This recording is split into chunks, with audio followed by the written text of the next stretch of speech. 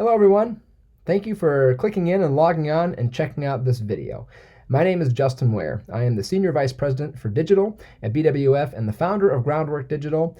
And I'm so excited that you're watching this video because we are talking about some really exciting concepts, all built around the scalability of personalization through video-driven donor engagement and the programs and the positions, the staff positions, that we can create to make that happen. And there's a reason why we're so excited to talk about this. I've been doing digital for fundraising for about a decade now. And in 2020, we did our BWF digital fundraising survey, and we had some results come through that really reinforced everything we've been working on for the last 10 years.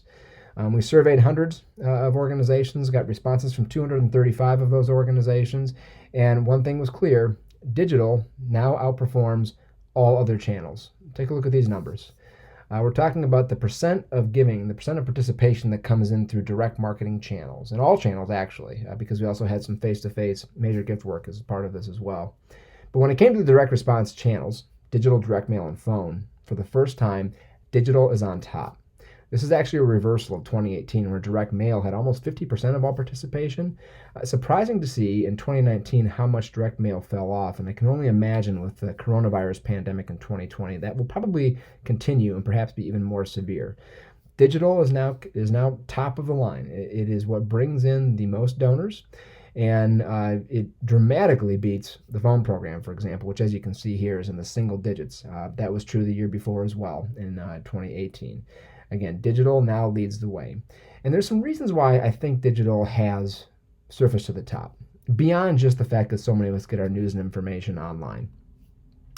This Google study really is something we've been talking about for quite some time, and it continues, I think, to stun every time we do discuss it and share it with someone who hasn't seen it before.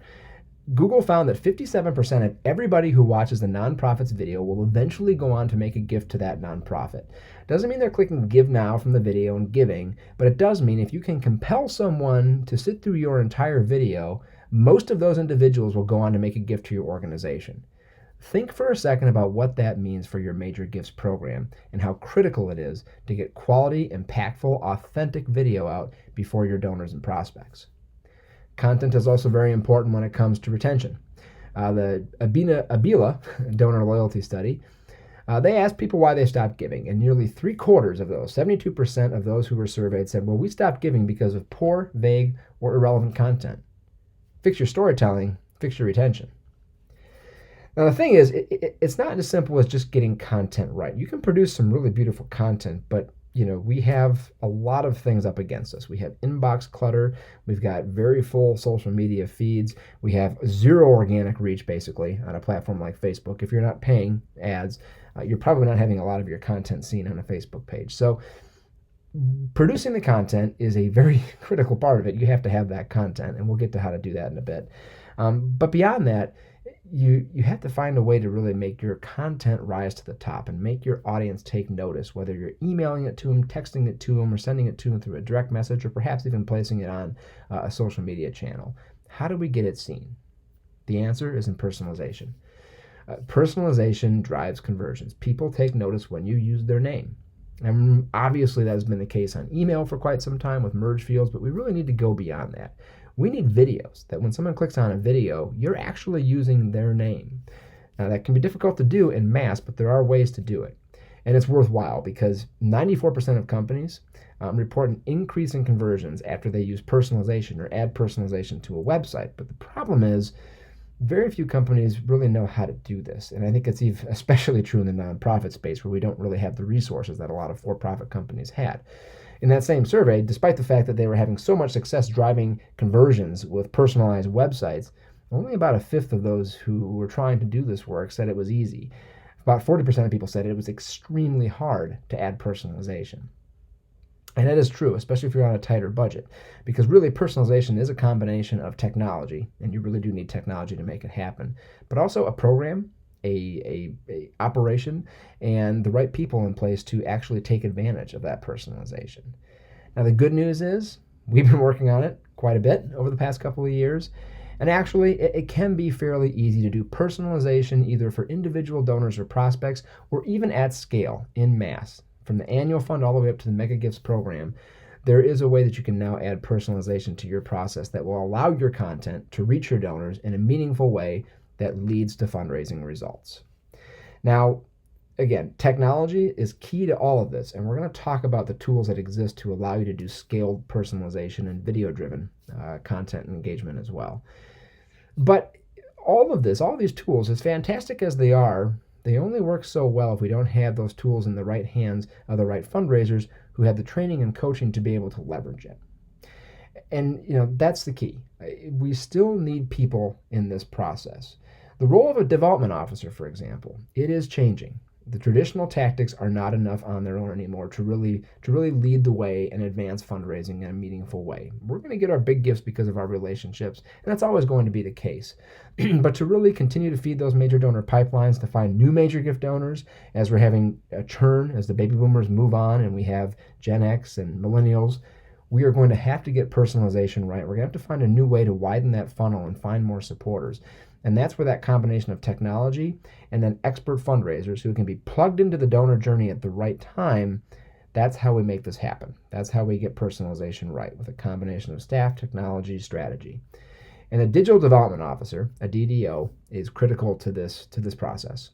We need someone who really understands digital. And really, we're getting to a point where we're going to need all of our development officers on at least a base level to know how they can use digital tools for cultivation, solicitation, and stewardship.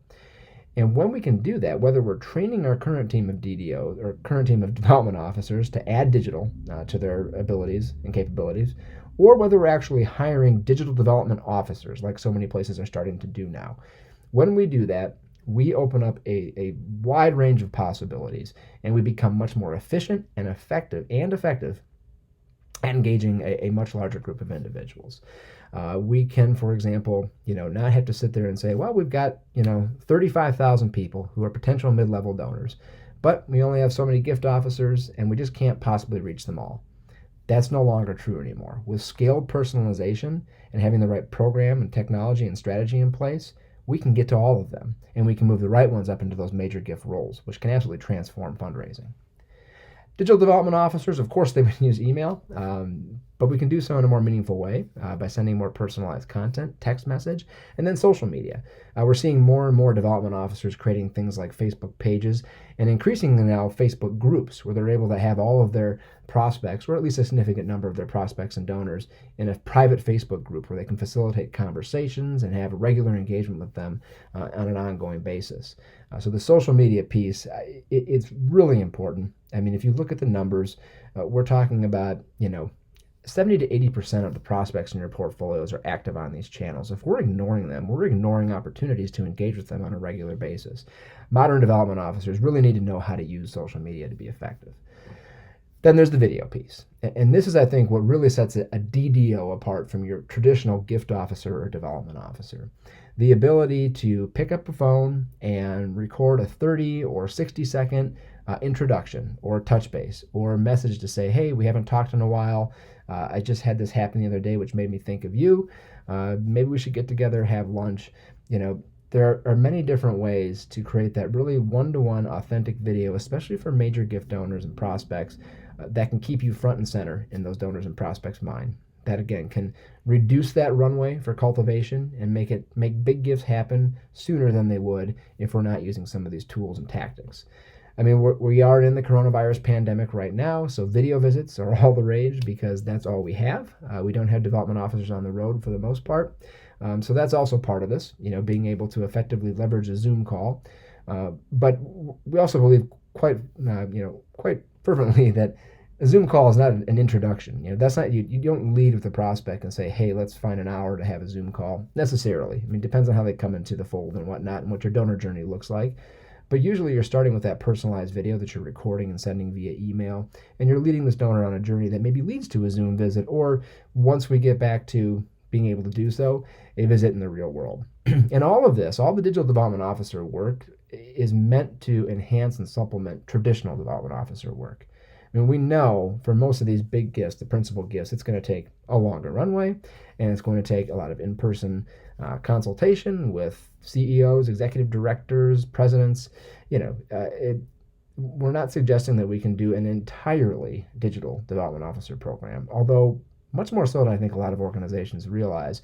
And I think that is one of the things we're learning with the pandemic is more of this work can be done entirely through remote. Really, this is about finding and engaging previously unknown prospects. So again, warming those who may have a connection to us, whether we're talking about a targeted Facebook and Instagram ads campaign to find new prospects, or whether we're talking about, creating video campaigns and using our current donors and prospects in a peer-to-peer manner to expand our base and bring more people in.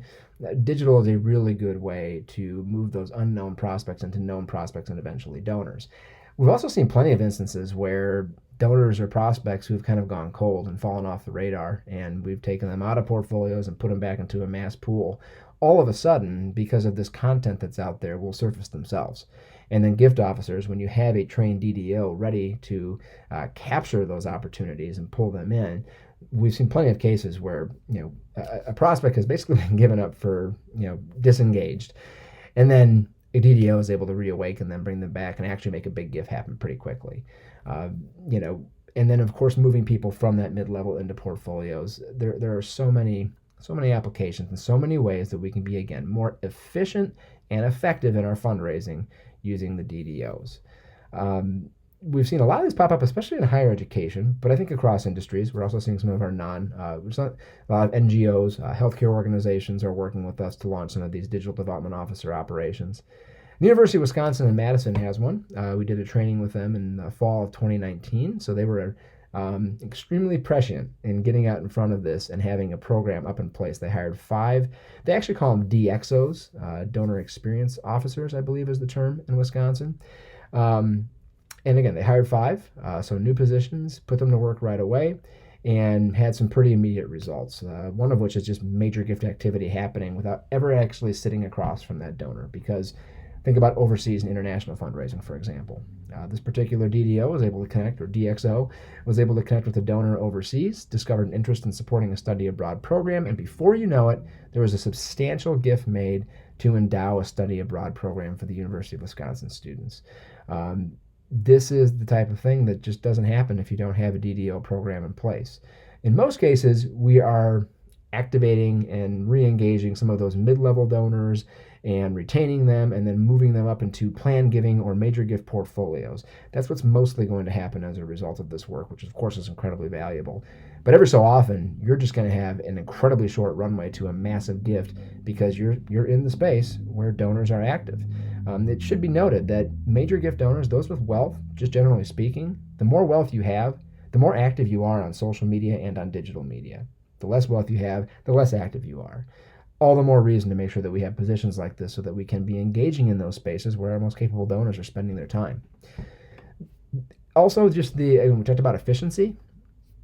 In most cases when we're talking about major gift portfolios, 200 to 300 is a very large number. I know plenty of organizations where 100 to 150 is pretty much the standard. Well, DDOs or DXOs, because they are focusing on efficiency and engaging more people through digital tactics and video and able to scale the personalization of that video, well, then we can talk about having 1,000 people in a portfolio, for example. And, no travel budget, no need to travel, just more time to really intentionally work through those portfolios and have consistent engagement points throughout the week so that we can get through all of these donors, understand who's interested, elevate those who might want to go into a major gifts program. The DXO program in Madison's interesting because they had a lot of really promising results where, the objective was perhaps moving someone into a major gift portfolio, but that wasn't the right move for that donor at that point in time. Maybe the capacity, the comfort level wasn't there. They are an annual leadership donor, but then plan giving, the conversation turned to that and actually has some pretty positive results and more plan giving discussions and more bequests happening because of this DXO work, which makes sense. Leadership annual donors are just wonderful prospects for plan giving.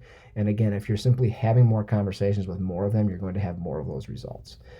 The objective here, in addition to moving donors up through the pipeline, is an 80% annual retention rate of their leadership annual donors and a 20% increase in revenue year over year. So it strengthens your leadership annual program, it feeds the plan giving pipeline, and it feeds the major gift pipeline. Speaking of education, the student gift officer program, and this personally for me is one of the most exciting things that we've developed at BWF Groundwork Digital over the past couple of years, because this is the next step for the phone program. As we saw at the front end of this presentation, phone just isn't doing it anymore. Most organizations are actually losing money on the phone programs that they have, with a few exceptions. And if that was the only way we had to reach people, it would still be worth it, because we're still acquiring donors, we're still feeding that major gift pipeline. It can be a loss leader, but it doesn't have to be. We now do digital campaigns. We've taken over underperforming phone programs, and we have, for less investment, raised more money than the phone was doing. There's no reason to be calling people at dinner anymore and forcing them to try to give to you when they're not ready. The student gift officer program, it's a modern twist on the call center, because what's very important about the phone, and the reason why the phone was such a strong channel for so many decades, is because it facilitated that connection between alumni and students. It allowed alumni that opportunity to ask, hey, how's my residence hall looking these days? Do you still eat at that particular dining hall? Is that still the hot spot on campus? Did you go to the game last weekend? Are you excited for all of those conversations that can take place in those phone discussions? They're valuable. They're incredibly important. We have to keep the channel open that connects the student experience with alumni, but we need to do it on modern channels. And of course, video and digital, generally speaking, are those channels.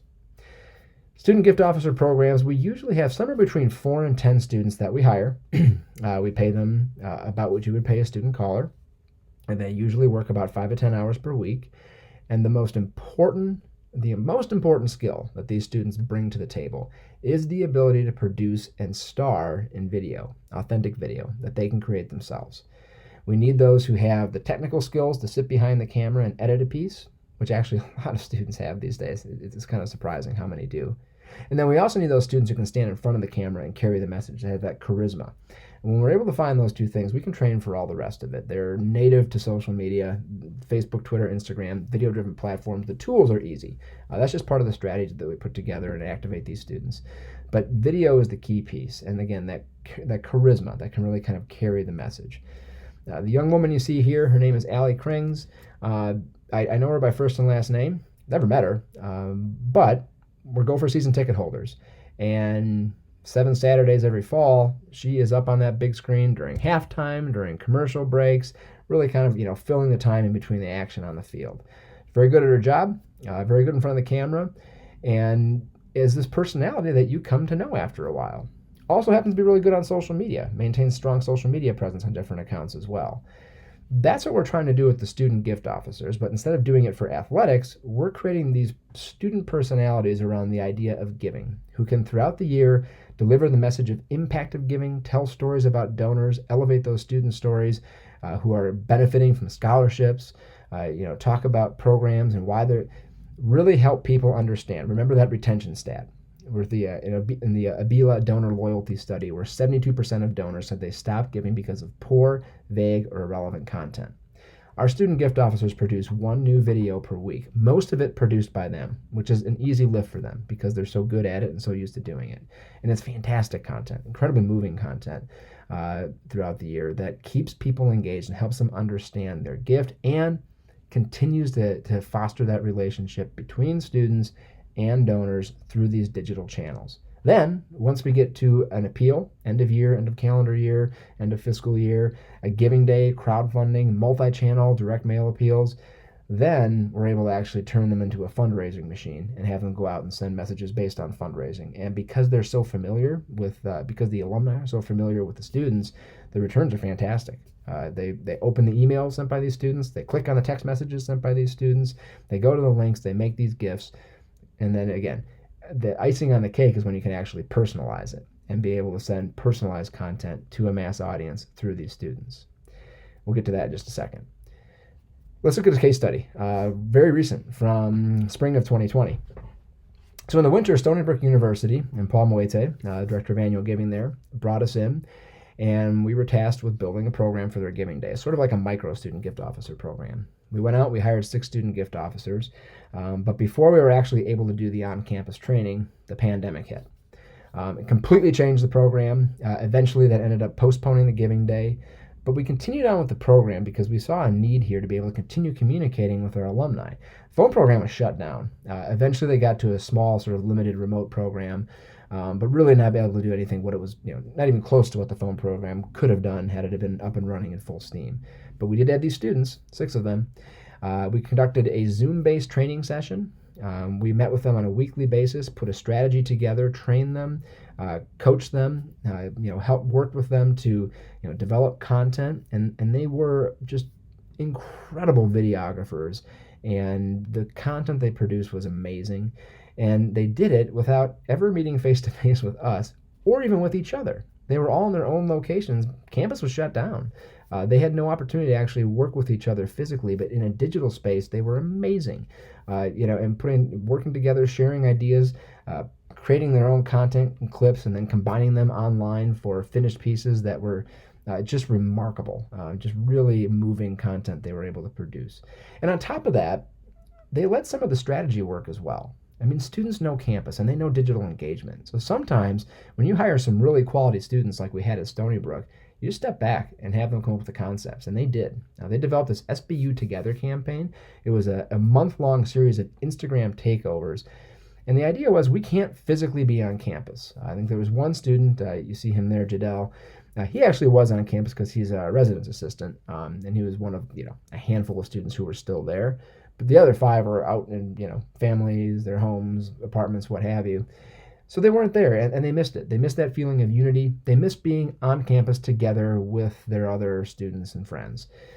So what they said was, well, let's do this SBU Together campaign, and every day we'll just talk about what we love about Stony Brook, and we'll ask people to submit their own questions, and we got tons of user-generated content sent back of students, talking about their favorite spaces to study, their favorite eating places, their favorite residence halls, their favorite professors, which was really neat because we actually got to take a lot of those and then actually share those with the professors after the fact. So that was pretty cool too. But again, this is the value in hiring these really smart, engaging, content-driven students who understand the digital space and allowing them to really come up with some concepts themselves. So we had this is a really good warming campaign. We're getting people excited about the SBU Together concept. We're not asking for gifts yet at this point until a month later when we had Giving Tuesday now. So we had to move the Giving Day, but we did have the Student Emergency Fund. And the Student Emergency Fund was up, I think, for a couple of weeks, and we had some nicely done videos featuring the deans, featuring the president, but they didn't really drive too much activity. And then we opened it up to the students, and we let them feature their authentic video content that they created. We let them send out the emails, and it exploded. We have, I think, a significant number of gifts coming in online, a few gifts coming in from the remote phone program. And you see the goal there. We want 750 donors, and we ended up getting more than 1,200 donors, raising more than $182,000 for the Student Emergency Fund. So again, we sort of created that presence. We established the students. We allowed them to run some engagement campaigns that they developed on their own, and then put them to work for fundraising. And it worked wonders during a very trying time in the pandemic at Stony Brook University when we didn't have the phone program, sort of by force and by necessity. Now, as I mentioned, student gift officers, student callers, that actually is kind of personalized. You think about the phone call. If you can actually reach somebody on the phone, that's a very personalized engagement. But we can do that now with digital. And this is where the technology piece comes into play. You may already know that we're launching a platform. It's called Mercury, at least for now. And by the time you watch this, we might develop a new name. That's how early on we are in this. But the technology exists and it works. And it's an incredibly exciting platform. Basically what we're doing is we're connecting your organization's content library with your CRM. We're taking the CRM and the donors and taking the keywords that they have based on giving history, event attendance, volunteerism, whatever it is we know about them and their attributes, and then we're connecting it to the content library where the content has the same keywords that focus on their areas of affinity, and we're using that to build personalized websites that you can then send to a donor that talks about exactly what matters to them. First of all, it starts out by addressing them by name. And then, if they're interested in scholarships, or if they're interested in environmental programs, or if it's water quality, or if it's an international program, helping children, refugees, whatever it is, we're simply connecting all the content you have, keyword tagged, with the database, and then we can produce thousands of these at once, tens of thousands of these at once. That's how you get that personalized content out to your 35,000 mid-level donors who in the past you really couldn't provide personalized treatment to, but now we can. Case statements, stewardship reports, proposals for gifts. And of course you can take this then and really customize it and place video for a major gift donor, for example, so that across the board it's incredibly personalized. You can even do video through bookending, where using video. Whenever we get a video and it starts out addressing us by name, that's impressive. Again, we're used to email merge fields. How sloppy is an email program if it doesn't start out hi, first name? That's pretty important. But the bookending piece, what we do here is we sit down, we think about the 100 or maybe 150 most common names in a database, and a few more uncommon names, but are very important in terms of their capacity and connection to the institution or organization. And we spend an hour or two and we record 150 different 10-second greetings, each one of them using a different name. You then upload that into the system, you connect it once again with the CRM, and everybody who has that name in the CRM suddenly has a personalized video introducing them to their personalized microsite. They're not getting that from any of their nonprofit organizations right now because it doesn't exist really. But if you can have that, that's how you stand out. That's how you rise above the noise. That's how you make a real connection using personalized digital with a donor or a prospect, and then you wait. And you've got your digital development officer sitting there waiting for a response to that to jump on it and continue the conversation. That's the bookending idea, and that's how through technology and strategy and having a DDO or a student gift officer, you can make a lot of this work happen. So again, this is something that I'm incredibly excited about. It's kind of a lifetime's worth of labor getting to this point, it feels like, and now is the moment to make it happen. And I am so happy that you watched through the entire video, and I want to let you know that everything we talked about in this presentation, we can do it all for you right now. So drop me an email. I'm jware@bwf.com. Again, my name is Justin Ware, Senior VP of Digital at BWF and the founder of Groundwork Digital. Hubbub is our partner working with us on this technology. We're going to be working together quite a bit in the coming years, and they do brilliant stuff, by the way. They've been in the space for almost a decade themselves, doing giving days, crowdfunding, online giving, and now we're working together to make all of this happen. A full service package of digital development officer programs, student gift officer programs, and the technological foundation to make it all work. So again, thank you. I look forward to hearing from you soon.